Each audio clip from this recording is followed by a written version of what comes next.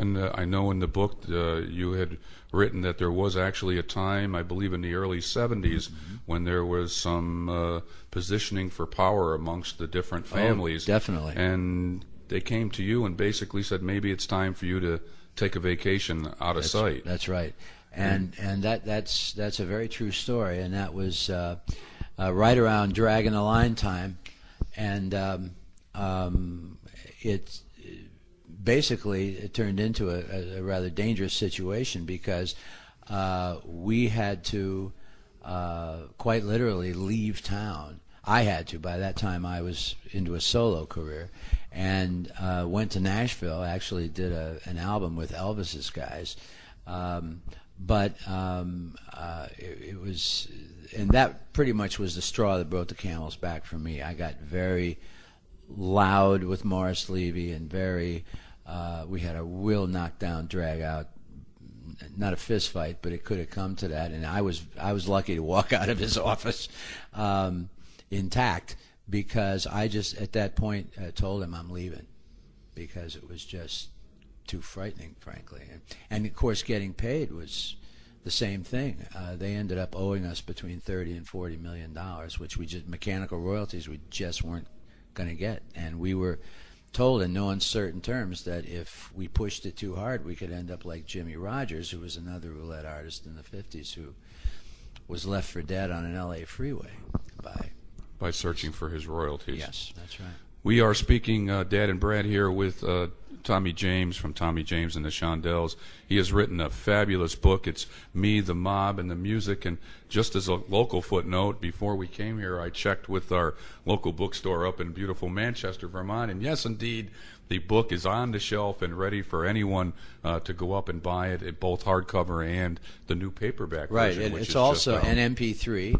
And also audio CD.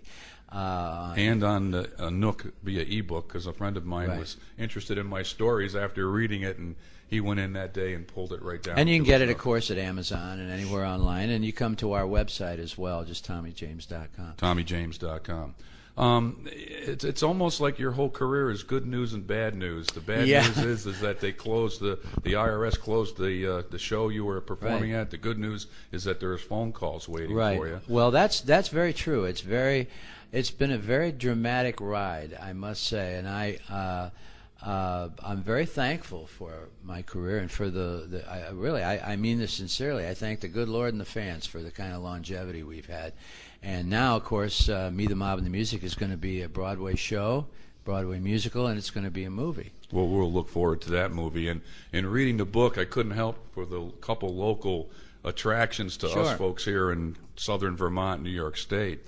I noticed there was a reference to Troy, New York in there, where you had to make a mad dash for that's true, right? Straight ride down south. That's right. There was an airplane strike going on in 1966, and one of our first gigs was overnight from Troy, New York. We had to drive to Montgomery, Alabama, and we actually made the show. And, of course, also, I had a farm up here. I had a gentleman's farm from the late 60s to the middle 70s up in Rensselaer County here, a little town called Steventown, New York. Steventown, we're very, very familiar with. As a matter of fact, it's within our broadcast range. Oh, is that right? So back in the days, had you spun the dial just the right way when you were up there, you could have heard BTN. Well, I think I did, actually. Really? Yes, I had the radio on all the time up there. But you know something that was really interesting? I loved it up there, and I loved this part of the country beyond belief. I just we were about 26 miles from Albany and about 9 miles from Pittsfield, Massachusetts, and it's just gorgeous up there. It's beautiful country. And kind of desolate as to where you were exactly. It was. And whoever knew that if I wanted to see Tommy James back in the late 60s, early 70s, I just had to drive to Steventown. Well, true enough. We were there on the weekends. I had an apartment in New York, and it made for a very interesting life, back and forth. You know, the solitude on one end and the craziness on the other. Well, if you don't mind, I'd like to jump into a few of the songs now. Sure. And I'm hoping that we can take some of these comments of your thoughts about the different hits and wrap it around, and we'll do a whole hour special. That works, sure. Obviously, Hanky Panky started out as kind of, I guess, a garage song, party tune hit. All that stuff. with your high school friends, no less. Yep. And I think Snap record was it Snap or Spin? It was Snap. It was the funny part was Hanky Panky was a song I actually heard another group play, and I said we got to do that record. We had this little regional label deal with Snap Records, who was a disc jockey from my hometown actually, and was the head of the label, and we recorded in WNIL radio studio in Niles. And so, you know, I was always on the make for a single. It's just all my life, it seems like. And I heard this other group play Hanky Panky. And I said, that's it. That is one of those songs that just, you know, put everybody on the dance floor. And I saw the reaction to this other group play it. I said, that's our single.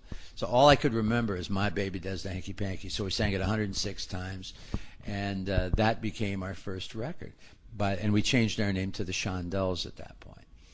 And so, you know, it's to this day one of those songs that the instant you start it, there's that instant recognition and everybody's moving. And so I'm very thankful for that record.